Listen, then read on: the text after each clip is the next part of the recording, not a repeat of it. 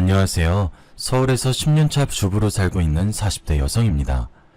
지난 10년간의 결혼 생활을 돌이켜보면 참 우여곡절이 많았네요. 이런 게 결혼 생활인가 싶은 찐한 회의감이 들어서 전부 내려놓고 싱글로 돌아가고 싶은 마음이 굴뚝 같았습니다. 하지만 어쩌다 보니 이혼하지 않고 여기까지 왔네요. 지금까지 결혼 생활을 하면서 저를 몹시기로 폈던 남자가 한 명 있습니다. 여러분들은 당연히 남편일 거라고 생각하시겠죠. 하지만 그 남자는 남편이 아니라 남편의 아버지였습니다. 저는 시아버지 때문에 지옥 같은 경험을 여러 번 하게 되었는데요. 여러분들도 고부 갈등은 많이 들어보셨거나 경험해 보셨을 겁니다. 하지만 시아버지와 며느리의 갈등인 구부 갈등은 생소하실 텐데요. 도대체 어떤 일이 있었는지 한번 들어봐 주시길 바랍니다. 제게는 고등학교 때부터 친하게 지내는 단짝 친구가 한 명 있었습니다. 정말 착하고 마음이 여린 친구였죠. 너무 얌전하고 조용해서 이름도 모르고 있다가 1학년 때 짝꿍이 되면서 소진이의 이름을 알게 되었습니다.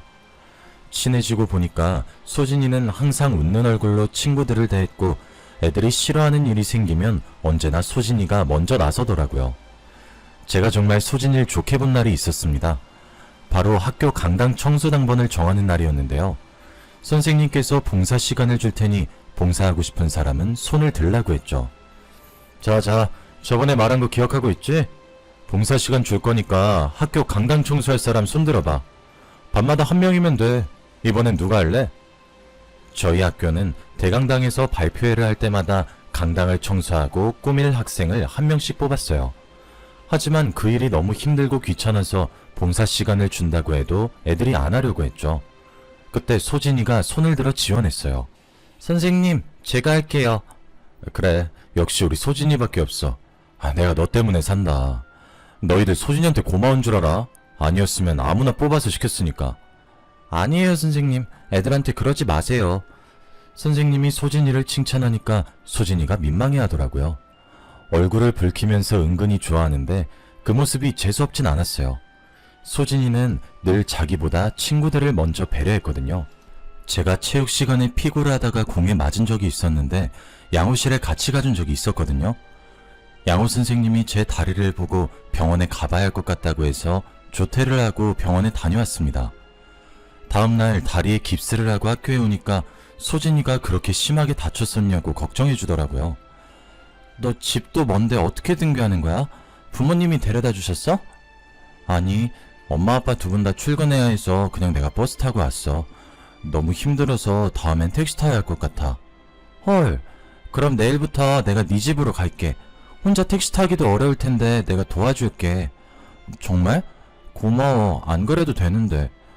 소진이랑 엄청 친한 사이도 아니었는데 진짜로 집까지 찾아와서 가방을 들어주고 부축해주니까 감동이었습니다. 한 달 정도 소진이와 등하교를 하면서 급속도로 친해졌는데요. 둘도 없는 단짝이 돼서 소진이 집에도 놀러가게 되었죠. 소진이 부모님이랑도 이야기 나눠보니까 아주 친절하고 이해심이 좋으신 분들이셨어요.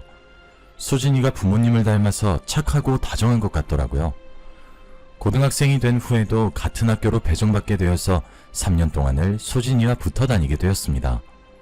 같은 반이 된 적이 없었지만 방과 후에 같이 공부하면서 친자매처럼 저녁을 같이 먹었죠. 그런데 대학을 들어가면서 소진이와 멀어지게 되었습니다. 저는 서울에 있는 대학을, 소진이는 경기도에 있는 대학으로 진학을 갔거든요. 대학에 들어가고 1년 정도는 서로 연락을 주고받았지만 어느 순간부터 연락이 끊어지고 말았습니다. 소개팅 자리에서 남편을 만난 후로 연락을 잘 해주지 못했거든요. 원래는 소개팅할 생각이 없었는데 저랑 친한 선배가 갑자기 저를 불러세워서 시간이 있냐고 물었습니다. 효정아, 너 오늘 시간 있지? 내 부탁 한 가지만 들어주면 안 될까? 시간이야 있는데 왜? 내가 아는 남자 후배들한테 3대3 소개팅 시켜주기로 했는데 한 명이 펑크 내버렸어. 네가 대타 좀 띄워주라. 이렇게 갑자기? 그냥 머릿수만 채워주면 돼. 응? 언니가 밥 사줄 거니까 한 번만 나가주라. 선배가 소고기를 사주겠다고 저를 꼬시길래 홀라당 넘어가 버리고 말았죠. 선배 말대로 머릿수만 채우면 될 거라고 생각했습니다. 그런데 소개팅 자리는 제 생각보다 적극적이더라고요. 카페에서 모이자마자 통성명을 하고 소지품 같은 걸 내놓게 하더니 동전, 지갑, 립스틱 같은 걸로 짝을 짓게 만들었습니다. 저는 가방에 있던 립스틱을 내놓았는데 남편이 3가지 물건 중 립스틱을 선택했습니다. 그래서 남편과 짝이 되었죠. 짝이 정해진 후로는 카페를 나와 커플들끼리 데이트를 하게 되었습니다. 남편이랑 쭈뼛거리며 뭘 할까 이야기 나누다 카페 근처에 있는 식당으로 들어가 식사를 했습니다. 그리고 공원에서 산책을 하다가 집에 가려고 했죠. 남편이 제 연락처를 물어볼 줄 몰랐는데 제가 인사칠에 다음에 보자고 했더니 핸드폰 번호를 물어봤습니다. 집에 돌아와서 보니 주말에 또 보자는 문자를 했더군요. 남편이 싫지 않았던 저는 데이트 신청에 응했습니다.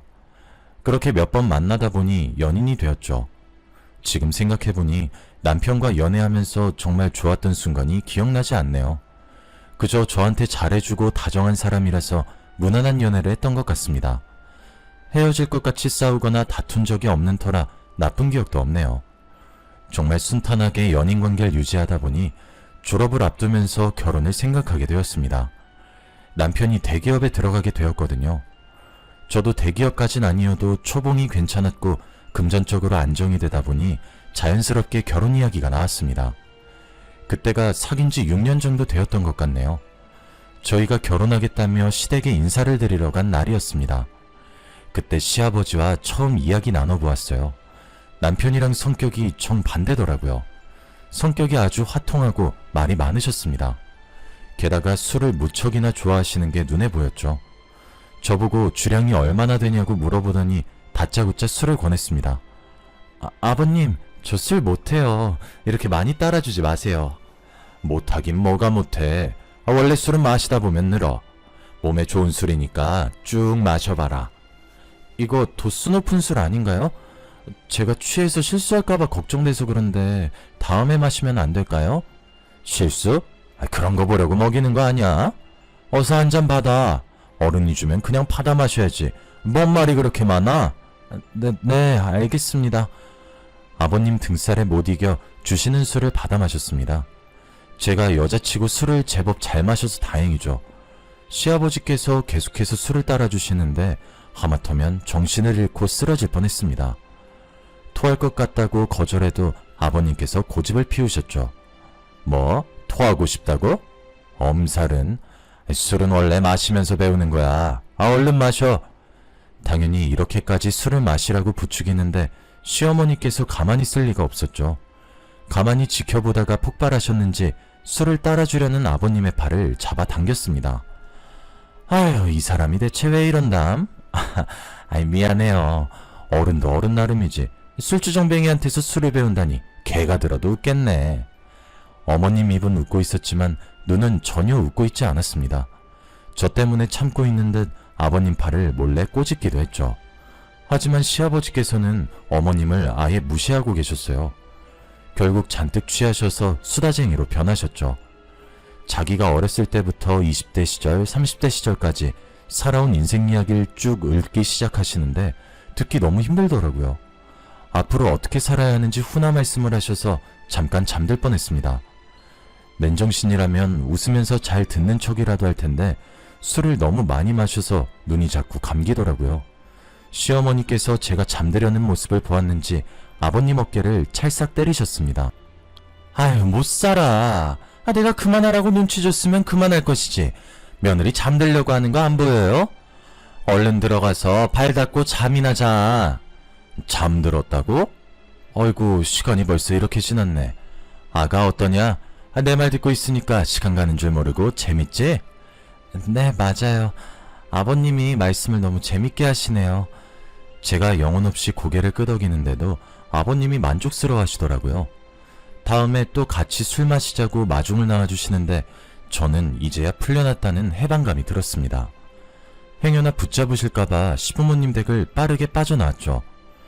막상 밖으로 나오니 술이 깨서 남편이랑 이런저런 이야기를 나누기도 했습니다.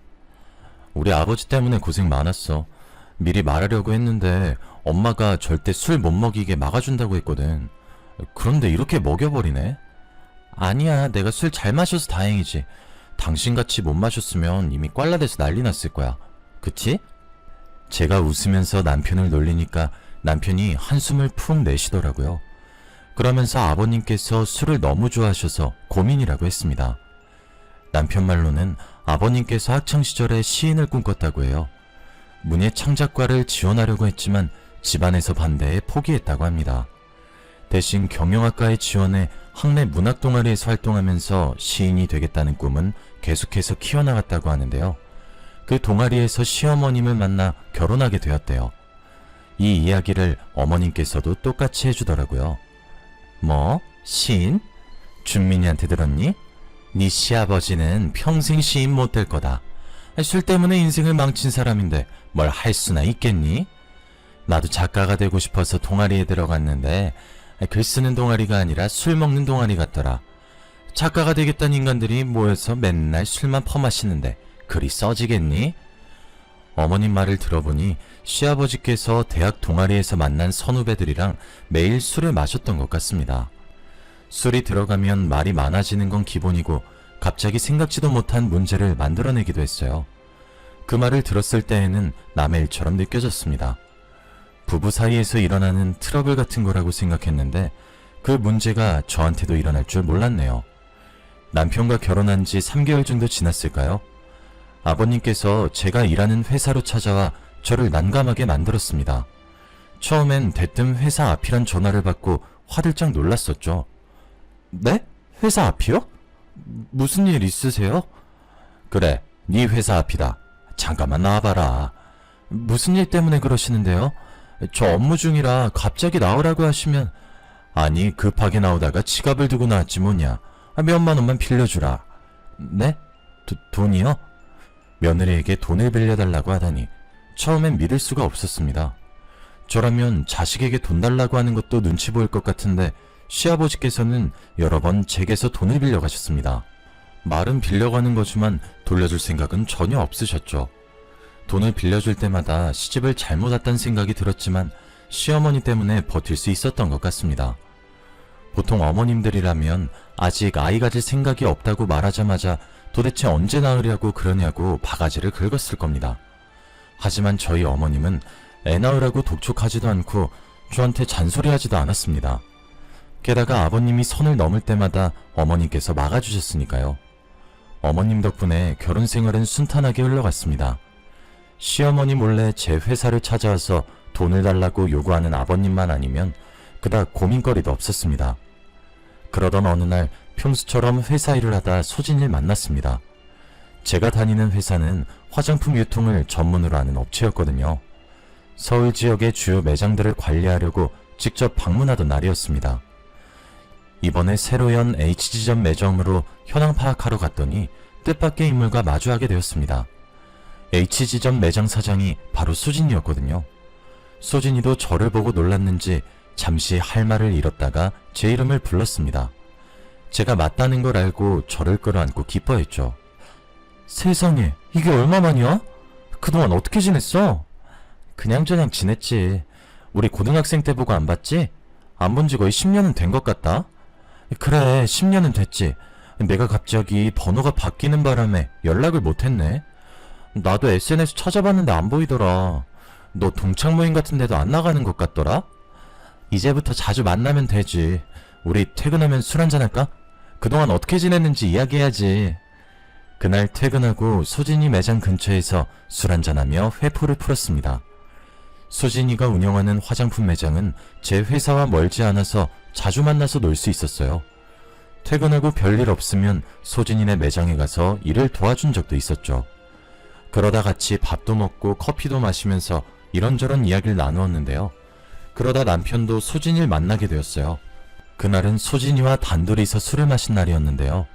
5개월 만난 남자친구와 헤어졌다면서 소진이가 무리해서 술을 마시는 바람에 저도 생각보다 많이 마시게 되었습니다. 소진이 삼촌 소개로 만난 남자인데 그 남자가 갑자기 이별을 통보했다는 거 있죠. 알고 봤더니 소진이 말고 다른 여자와 양다리를 걸치면서 저울질하다가 소진이를 버린 것이었습니다. 게다가 그 남자는 다음 달에 결혼한다는 소문을 들었다니까 저까지 화가 나서 술을 들이부을 수밖에 없었죠. 그날 저희 둘이서 먹은 술병이 4병이나 됐습니다. 저는 잘 마셔서 멀쩡했지만 소진이는 술도 못 마시는데 무리하는 게 보였습니다. 이러다 집 못 가는 거 아닌가 싶었는데 다행히 남편에게 전화가 왔습니다. 여보세요? 당신 야근한다면서 퇴근했어? 지금 집인데. 당신 지금 어디야? 소진이랑 같이 술 마시고 있어. 밤 12시가 넘었는데 집은 어떻게 오려고 그래? 택시 타려고 했는데 당신이 데리러 오면 안 돼? 소진이가 생각보다 많이 취해서 내가 어떻게 못할 것 같아. 아유, 못 살아. 알겠어, 지금 갈게. 야근하고 온 남편에게 데리러 오라고 하는 게 미안했지만 저도 취해서 소진이를 부축할 힘이 부족할 것 같았습니다. 그래서 우선 소진이에게 술잔을 빼앗고 물부터 먹였죠.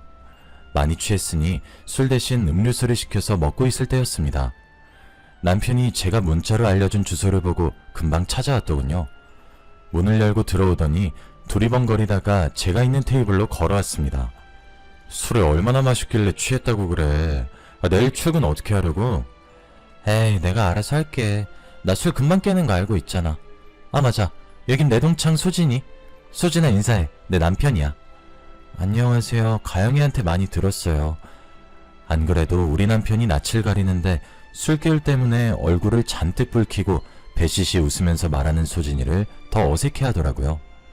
그래도 남편이 소진이를 데려다 주는 길에 이런저런 대화를 하면서 친해진 게 눈에 보였습니다. 사이가 제법 가까워졌는지 남편이 소진이 안부를 물어볼 때도 있고 소진이가 남편의 안부를 물어볼 때도 있었죠. 그쯤에 저는 계획에도 없던 아들이 생겨서 직장 생활을 계속해야 할지 고민하고 있었습니다. 제 고민을 시어머니께 말씀드렸더니 의외로 쿨하게 말씀하시더라고요. 그만두긴 왜 그만둬? 요즘은 여자라고 집에만 있는 거 아니야. 애 키우면서 직장 생활할 자신 있으면 계속해. 내가 거들어줄 테니까. 회사 그만두지 않고 아들을 키우겠다고 하면 눈칫밥을 먹게 될 줄 알았는데 다행이었습니다. 어머님께서 아이를 돌봐주신다고 했으니까 마음 놓고 워킹맘 생활을 이어나갔죠. 그런데 저희 아들이 3살 정도가 될 무렵이었을까요? 남편이랑 아버님이 제게 감추고 있는 게 있는 것 같았습니다. 생신을 맞아 시부모님을 모시고 식당을 모시고 갔는데 제가 화장실에 간 사이 이상한 말을 하고 있더라고요. 뭐? 아버지, 이게 말이 된다고 생각해? 언제까지 엄마 속이려고? 난 더 이상 못 참아. 내가 다 말해버릴 거야. 뭐? 안 돼. 절대 말하지 마라. 내가 곧 정리할 거라고 했잖아. 날 믿고 조금만 더 기다려주라. 열흘 안으로 정리할게.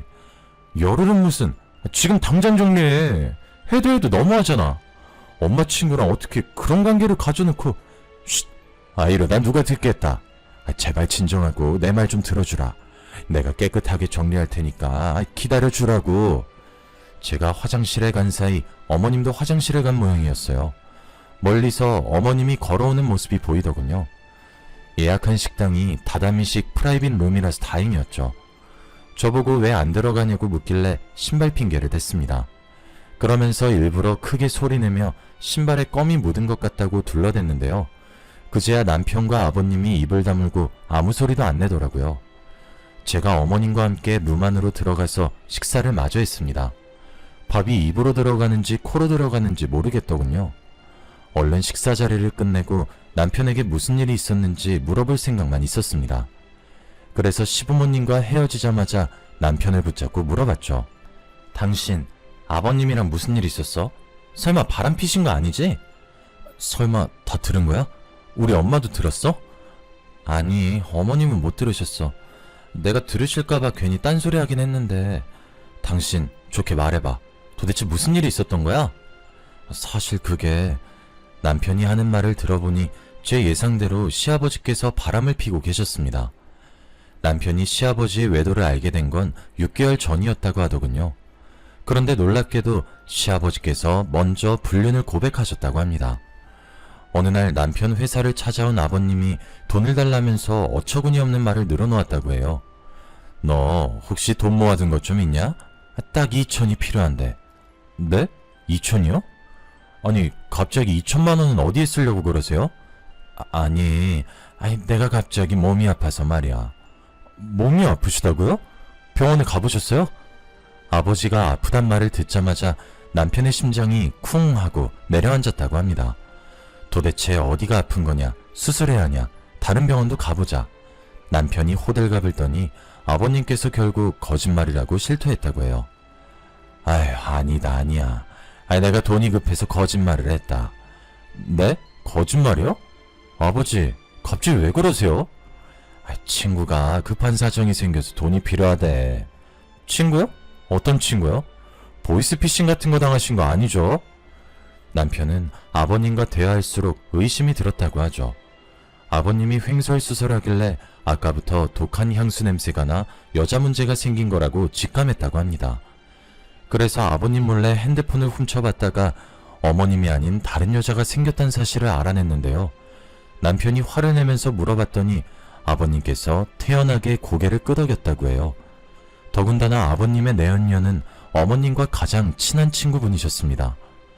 남편은 아버님의 뻔뻔함에 어이가 없어져서 말이 나오지 않았습니다.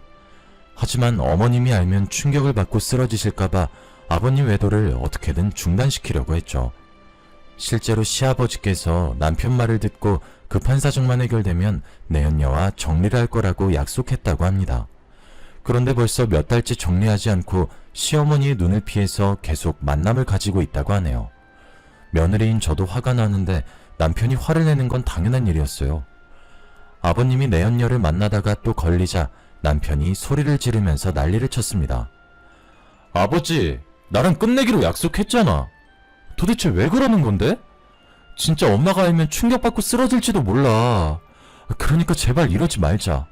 이번이 마지막 기회야. 이번에도 약속 안 지키면 정말 가만히 안 있을 거야. 아버님이 이번에도 알겠다는 대답을 내놓았습니다. 왠지 모르게 아버님이 저희를 무시하고 계속해서 불륜을 저지를 것 같더군요. 시아버지의 내연녀가 다른 사람도 아니고 시어머니의 친구분이신데 부디 아버님께서 정리를 하시길 바랬습니다. 게다가 아버님께서 어머님께 잘 못하시는 것도 아니었으니까요. 두 분이 다정하게 이야기 나누는 모습을 볼 때마다 어떻게 해야 하나 속으로 갈등하는 시간이 늘어나고 있었습니다. 그러다 얼마 뒤에 여름 휴가철이 되어서 제주도로 가족여행을 가게 되었습니다. 저는 당연히 아버님이 그곳에서는 내연녀가 철저하게 숨기고 있을 줄 알았죠. 그런데 숙소에서 밤늦게까지 내연녀와 전화통화를 하고 있더군요. 정말 어이가 없어서 한마디 하려다가 아버님께서 하는 이야기를 듣고 얼른 입을 다물었습니다. 설마 또 돈 이야기라는 걸까 걱정이 됐거든요. 여보, 당신은 지금 뭐하고 있어? 난 당신 생각이 나서 잠도 못 자고 있어. 이런 좋은 데는 당신이랑 와야 하는데 너무 아쉽다. 다행히 제가 우려하던 돈 이야기는 하지 않고 있더군요. 그래서 시아버지의 폰을 빼앗아 전화를 끊어버렸습니다. 당연히 아버님께서 저를 보고 노발대발하시면서 소리를 지르셨죠. 뭐 하는 짓이야 지금? 아버님, 도대체 왜 이러세요? 저희가 그만하라고 하시면 그만해야죠. 왜 끝까지 이러시는데요? 어머님이랑 진짜 이혼하고 싶으세요? 뭐? 이혼? 어디 버릇없이 시애비를 가르치려고 들어? 며느리 주제에 어디서 이혼을 들먹여. 버릇없는 것 같으니라고. 이 말을 듣고 속이 부글부글 끓어올라 욕짓거리를 내뱉을 뻔했습니다. 다행히 남편이 제 목소리를 듣고 어머님이 듣겠다며 끌고 가서 다행이었죠. 저희는 여름 내내 어머님이 안 보이는 곳에서 아버님을 어떻게 해야 할지 회의를 했습니다. 그래서 집으로 돌아오자마자 시아버지께 최후 통첩을 날렸죠. 일주일 내로 내연녀와의 관계를 정리하지 않으면 시어머니께 전부 다 말하고 이혼시키겠다고 했습니다. 그런데 저희가 그러기도 전에 아버님께서 전 재산을 몰래 처분하고 내연녀와 함께 도망을 가버리고 말았습니다. 더군다나 얼마 전 아버님이 남편에게 돈도 빌려갔었거든요. 다짜고짜 5천만 원을 달라고 하길래 절대 줄 수 없다고 했죠. 시아버지는 남편을 협박하면서까지 돈을 달라고 했습니다. 네가 5천만 원이 없다고? 예전부터 모아둔 돈 있는 거 다 알고 있다. 네가 괜히 돈을 달라고 하겠어? 나도 협박당하고 있으니까 이러는 거 아니야. 협박이요? 설마 그 여자가 아버지한테 협박을 했어요? 그래. 5천만 원만 주면 헤어져 준다고 하더라. 돈 안 주고 헤어지면 집까지 쫓아온다고 하니까 돈 내놔라. 설마 네 엄마랑 내가 갈라서길 바라는 건 아니지? 남편은 아버님이 거짓말을 하고 있는 건 아닐까 고민했다고 합니다. 하지만 진짜로 내연녀가 집으로 찾아올까봐 대출까지 해서 5천만 원을 줬다고 하죠. 그 돈을 가지고 도망간 걸 보니 아버님께서 거짓말을 했나 봅니다. 내연녀가 협박을 하긴커녕 아버님이 나서서 5천만 원과 전 재산을 들고 나르자고 했겠죠. 결국 시어머니도 이 사실을 알게 되었는데요. 어머님께서 충격을 받고 쓰러지거나 분노할 줄 알았는데 의외로 침착한 모습을 보이셨습니다. 남편은 아버님 지인들에게 전화를 해보면서 행방을 수소문해보았지만 별 소득이 없었죠. 일주일이 지났는데도 전화도 안 받고 문자에 답장도 없어서 경찰에 실종 신고를 하려던 찰나였습니다. 그런데 시어머님께서 그럴 필요 없다고 하시더군요. 예, 그럴 필요 없다. 이미 다른 년한테 올려서 도망간 인간을 다시 찾아서 뭐 하려고? 실종 신고고 뭐고 신경 쓰지 말자. 난 그냥 이혼하고 싶다. 시어머니는 아버님을 찾는 대신 이혼을 선택하셨어요. 당사자가 사라져버렸으니 합의 이혼은 불가능했고 궐석 재판으로 이혼 소송을 해야 했습니다. 그래서 변호사를 통해서 이혼 소송을 했고 시어머니는 한 달 만에 행방불명된 시아버지와 이혼하고 남남이 되어버렸어요.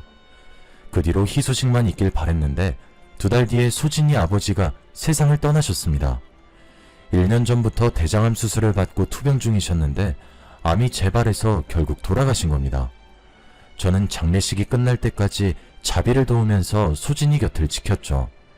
3일장을 다 치르고 나니 눈물 한 방울 안 흘리던 소진이가 저를 껴안으면서 고맙다고 하더군요. 효정아, 정말 고마워. 네 덕분에 아버지 좋은 곳으로 보내드릴 수 있었어. 아니야, 내가 한 것도 없는데 뭐. 울지마. 지금까지 잘 참아놓고 왜 갑자기 울어. 몰라, 긴장 풀렸나봐. 너 보니까 눈물이 나오네. 그날은 소진이가 눈물을 다 흘릴 때까지 조용히 기다려줬습니다. 아버지를 잃은 아픔에 우울해할까봐 매일 문자하고 전화하며 소진이와 자주 소통하려고 노력했죠. 소진이도 점차 기운을 회복하고 닫아놓았던 화장품 매장을 다시 열 쯤이었습니다. 소진이 문제가 사라지자 제게 문제가 생기기 시작했습니다. 제가 일하는 부서에 새로운 부장이 왔는데 저랑 너무 안 맞았거든요. 성격이 아주 독선적이고 부하 직원들을 함부로 대해서 친한 직원들끼리 저러니까 50대에 이혼당하는 거라고 뒷담을 했습니다. 그러면서 서로 조심하자, 실수하지 말자고 다짐했었는데 그 다짐이 헛수고가 되어버리고 말았네요. 부장이 말도 안 되는 욕을 했거든요. 갑자기 저를 부르더니 거래처와 짜고 계약서를 허위로 만들라고 지시했습니다.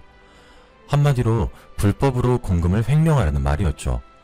저는 당연히 안 된다고 단호하게 이야기하였습니다. 네? 저보고 그런 짓을 하라고요? 말도 안 돼요, 부장님. 이렇게 하면 불법인 거 아시잖아요. 회사에서 알면 어쩌라고 그러세요? 뭐? 불법? 야, 네가 무슨 테레사 수녀야? 다들 이렇게 뒷돈 챙겨 먹고 있는데 혼자서 착한 척이야. 나만 좋자고 이러는 거 아니잖아. 같이 하자고. 내가 이만큼 떼어주겠다니까? 얼마 주든 간에 전 안 할 거고요.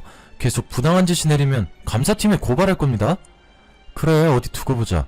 네가 진짜 고발할 수 있을지 보자고. 그 뒤로 부장은 그 일에 앙심을 품었는지 사사건건 저를 걸고 넘어졌습니다. 제가 실수를 할 때에는 꼬투리를 잡아서 인격적인 악담을 퍼부었죠. 실수하지 않고 완벽하게 한 날에는 다른 여직원들에게 가서 제 뒷담화를 했습니다. 저와 가까이 지내지 말라는 경고까지 하며 저랑 친한 직원들에게 신경질적으로 대했죠. 덕분에 저는 혼자가 되어버리고 말았습니다. 그날도 회의록을 기록하라는 지시를 받고 핸드폰을 녹음해 두었는데요. 어찌된 일인지 녹음이 하나도 되지 않아서 이런 폭언을 들었습니다. 뭐? 녹음이 안 돼서 기록을 못했다고? 뭐 이런 병신 같은 게 다 있어? 네가 신입이야? 도대체 몇 년 차인데 이런 실수를 하는 거야? 꼴도 보기 싫으니까 저리 꺼져!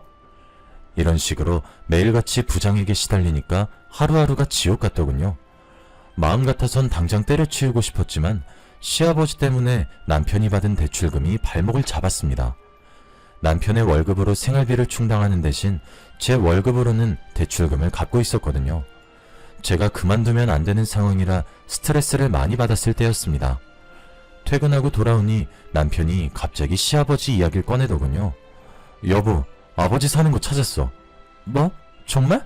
지금 어디 사시는데? 지금 당장 가보자. 저녁 식사도 하지 않고 회사에서 입은 옷 그대로 남편의 차에 올라탔습니다. 그리고 시아버지가 있는 곳으로 가 당장 5천만 원을 내놓으라고 소리쳤죠. 저는 그 부장놈 때문에 그동안 쌓인 게 있어서 눈물까지 흘리면서 소리쳤습니다. 아버님, 5천만 원 돌려주세요. 이게 도대체 무슨 경우예요? 다른 사람도 아니고 아들 돈을 훔쳐가다뇨. 훔쳐가다니? 우리 아들이 준 거야. 난 돈 훔친 적 없으니 이만 돌아가라. 그리고 우리가 가족도 아닌데 이제 와서 돈 달라고 하는 건 무슨 경우냐? 너희들이 이혼해달라며. 마음 같아서는 고소하겠다고 하고 싶었지만 아버님께서 차용증이나 변제각서 이야기를 꺼내시더군요. 당연히 남편은 아버지에게 빌려준 것이니 차용증이나 변제각서 같은 건 받아놓지도 않았습니다. 결국 법적으로 고소할 방법이 없어서 포기할 수밖에 없었습니다. 저는 시아버지의 뻔뻔한 태도에 치를 떨면서 돌아서야 했죠. 그렇게 시아버지든 5천만 원이든 전부 다 잊어버리려고 했습니다.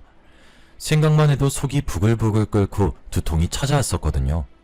그냥 돈 버는 데에만 집중하고 집안 돌보는 데에만 온 힘을 쏟아냈습니다. 다른 잡생각이 안 들도록 노력하던 와중에 수진이의 결혼 소식이 들려왔죠. 35이 되도록 결혼하지 않길래 내심 걱정했는데 다행이었습니다. 기쁜 마음으로 결혼식장에 갔는데 신부 측 혼주석에 앉아있는 사람을 보고 저는 제 눈을 의심했습니다. 신부 측 혼주석 자리에 아버님이 앉아 계시더군요. 시아버지도 저를 보더니 깜짝 놀라더니 말을 잇지 못하셨습니다. 아니 아가, 네가 어떻게 여기에? 제가 묻고 싶은 말이었습니다. 어떻게 저 인간이 소진이의 결혼식장 혼주석에 앉아있는 것일까요? 아버님은 제가 곧 소리라도 지를 것 같았지만 갑자기 저를 끌고 나왔습니다. 그리고 애절한 목소리로 제게 빌더군요. 아가, 우리 과거 일은 모두 잊어버리자. 내가 너한테 미안한 짓 참 많이 했지만 나도 그동안 마음고생 많이 했어. 그러니까 소진이한테 아무 말도 하지 말고 조용히 있다가 주면 안 되겠니? 내가 이렇게 빌게. 도대체 어떻게 된 거예요? 왜 아버님이 소진이 결혼식장에 있는 거냐고요? 제가 자초지종을 설명해달라고 요구하니 시아버지께서 내연녀와 도망을 간 다음 살림을 차린 이야기를 말해주었습니다. 요점은 결국 아버님도 내연녀에게 버림을 받았단 거였죠. 내연녀를 믿고 가진 돈을 모두 맡겼는데 그 돈을 가지고 달아났다고 합니다. 그리고 다시 만난 여자가 소진이 엄마였다고 하는데요. 시아버지는 소진이 엄마를 너무 사랑하고 있다며 소진이와 소진이 엄마에게 말하지 말아달라고 애원했습니다. 뭐? 사랑해요? 그럼 우리 어머님은요? 우리 남편은요? 낯짝이 얼마나 두꺼우면 이렇게 뻔뻔스러울 수가 있죠? 사과하려면 저희가 찾아갔을 때 하셔야죠. 지금 괜히 아쉬우니까 사과하시고. 제가 아버님 때문에 얼마나 고생했는지도 모르죠? 미안하다. 정말 미안해. 내가 얼마나 원망스러울지 잘 알아. 그래, 화 풀릴 때까지 얼굴에 침이라도 뱉어라. 이렇게 늙은 놈이 살려면 얼마나 살겠냐? 이제 나도 새 출발하려고 하니 제발 한 번만 기회를 다오. 아버님께서 정말로 제 앞에서 무릎을 꿇으시더라고요. 그 모습이 애처롭긴커녕 가증스럽게 느껴져서 뺨이라도 후려갈기고 싶었습니다. 하지만 곧 결혼식을 올릴 소진이를 생각해서 아버님을 결혼식장 안으로 보냈습니다. 이런 날에는 돌아가실 아버지가 더 생각날 텐데 속상해할 소진이를 더 비참하게 만들 수 없었습니다. 그런데 소진이가 아버님 손을 잡고 입장하는 모습을 보니 속이 쓰리더군요. 이러다가 소진이도 제 꼴이 되는 거 아닐까 걱정이 돼서 그 뒤로 잠도 자지 못했습니다. 그저 소진이가 신혼여행을 끝나고 돌아오길 기다렸죠. 소진이에게 돌아왔다는 연락을 받자마자 만나자고 했습니다.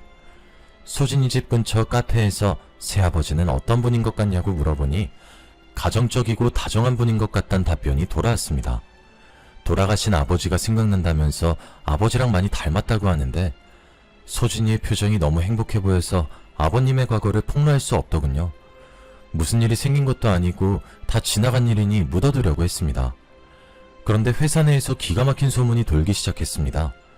저를 괴롭히던 부장에게 애인이 생겼다는 거 있죠. 뒤에서 몰래 바람을 피우다가 이혼당했으면서 찔리지도 않는지 또 애인을 사귄 것 같았습니다. 게다가 부장은 그 애인을 스폰서라고 부르더군요. 직원들이 스폰서가 무슨 말이냐고 물으니 이런 말을 했습니다. 스폰서 몰라? 돈 주는 늙은 놈들. 내가 좋아서 졸졸 따라다니는 영감이 용돈 줄 테니까 사귀자는 거 있지? 그냥 맞장구만 쳐주다가 돈만 받고 연락 끊으려고. 헐, 진짜 그래도 돼요? 그럼 안 될 이유가 뭐가 있어? 나는 돈 받고 그 영감은 나같이 젊고 예쁜 여자랑 노는 건데. 50대면 젊은 것도 아닌데 자신감 넘치는 여자였죠. 허세를 부리는 건지 몰라도 점심시간에 수다를 떨 때마다 새로 사귄 내연남을 스폰서 취급하더라고요. 당연히 직원들은 믿지 않았지만 사진까지 보여주어서 진짜로 스폰서가 있구나 싶었습니다. 그런데 그 사진을 자세히 들여다보던 순간 엄청난 충격을 받고 말았죠. 부장의 스폰서가 제 시아버지였거든요. 더 충격적인 사실은 그 인간이 부장과 두 집 살림을 하면서 소진이가 주는 용돈을 쓰고 있었단 겁니다. 소진이 때문에 봐줬더니 저 몰래 또 이런 짓을 저지르고 있었다니 이번에는 절대 참을 수 없었습니다. 저는 몸이 아프다고 조퇴를 한 후 모든 사실을 소진이에게 털어놓았죠. 소진이는 제가 오자마자 충격적인 말을 내뱉자 멍한 표정을 짓고 있었습니다. 그러더니 저보고 갑자기 찾아와서 무슨 말을 하냐고 되묻는 거 있죠. 소진아, 오래전부터 말해주고 싶었는데 널 위해서 참았어. 근데 더 이상 가만히 있으면 안 될 것 같아. 내 어머니 몰래 바람 피우고 내 친구 몰래 바람 핀 놈이야. 난 더 이상 못 당하고 있으니까 제대로 준비해서 복수하자. 어? 잠자코 제 말을 듣고 있던 수진이가 찬물을 연거푸 마시더라고요. 그리고 아버님이 과거에 저질렀던 과오들을 다시 되묻더니 제가 하는 말을 주의 깊게 듣기 시작했습니다. 수진이도 이 상황을 받아들이게 되었는지 제대로 정리하겠다고 했죠. 이제는 시아버지와 내연녀에게 복수해줄 차례였습니다. 우선 소진이는 소진이 엄마를 찾아가 모든 사실을 이야기해 주었습니다. 소진이 엄마는 소진이보다 더 놀랐는지 눈물을 흘리면서 정신을 차리지 못했죠. 그리고 그 길로 아버님을 찾아갔습니다. 소진이 엄마는 혹시나 하고 아버님과 대화해 보려고 했지만 내연녀와 함께 있는 걸 보고 눈이 돌아가고 말았습니다. 그래서 동네 사람들이 다 보고 있는데 아버님 뺨을 때렸죠. 설마 했는데 정말이었구나. 정말 당신이 날 배신한 거였네? 나 몰래 다른 여자 만나니까 좋아? 나 속이니까 좋았냐고! 소진이 엄마는 이웃 주민이 부른 경찰이 올 때까지 그놈의 멱살을 잡고 쌩 난리를 피웠습니다. 경찰들이 저희를 말리는 바람에 그 소란이 끝이 났지 경찰이 오지 않았으면 아버님이 거의 묵사발이 되었을 겁니다. 결국 이혼당한 아버님은 위자료를 토해내느라 전 재산이 털린 것 같았죠. 내연녀였던 부장도 상간녀 소송에 걸렸다는 소문이 났습니다. 회사 내에서 남자 관계가 문란하고 근무 태도가 나쁘단 평이 자자해서 상간녀 소송 소문이 퍼지자마자 권고사직 당했다고 하네요. 아버님도 죗값을 치르고 부장도 떠나니 마음이 절로 편해졌습니다. 이제야 살만해졌다고 생각하고 있는데 남편이 아버님을 만나고 왔다고 하더군요. 아버님 이야기를 듣는 순간 기분이 나빠져서 인상을 쓰며 물었습니다. 뭐? 그 쓰레기 같은 인간은 왜 만난 거야? 아버님이 먼저 만나자고 연락했다고 하더군요. 저라면 만나지 않았을 테지만 남편에겐 아예 남이 아니라 아버지라서 마음이 쓰였나 봅니다. 아버님이 후줄근한 차림으로 나타나서 하소연했다고 하네요. 고시원에서 자활근로를 하면서 근근히 살아가고 있다며 도와달라고 사정한 것 같았습니다. 딱 10,000원만 주면 안 되냐? 아이 10,000원이 아니면 5,000원이라도. 내가 지금 라면 한 그릇 사 먹을 돈도 없다. 아무리 내가 미워도 부모 아니냐. 네가 돈 안 주면 굶어 죽을지도 모르니 딱 10,000원만 주라. 어? 남편에게 이 말을 전해 듣는 게 기가 막히더군요. 10,000원이든 5,000원이든 간에 또 돈 때문에 만나려고 했다는 게 짜증났습니다. 진심으로 반성하고 사과할 생각으로 만날 마음은 없었나 보죠. 돈이 궁해질 때마다 이럴 것 같아서 남편에게 절대 돈을 주지 말라고 했습니다. 남편도 그렇게 생각했는지 아예 연락을 끊을 거라고 하더라고요. 남편이 우린 이제 아예 남 아니냐고 차단할 거니까 연락처 지우라고 말하니 아버님이 아무 말 없이 돌아갔다고 합니다. 부모 자식 사이라도 서로 지켜야 하는 도리가 있는 법이죠. 그걸 천륜이라고 부르는 거고요. 하늘이 정해준 도리를 지키지 않으면 아무리 핏줄로 이어진 사이라고 해도 원수지간이 될 수 있다고 생각합니다. 여러분들은 부디 이런 일 없이 부모나 자식된 도리를 다하면서 살아가시길 바랍니다. 여기까지 사연 들어주셔서 감사합니다.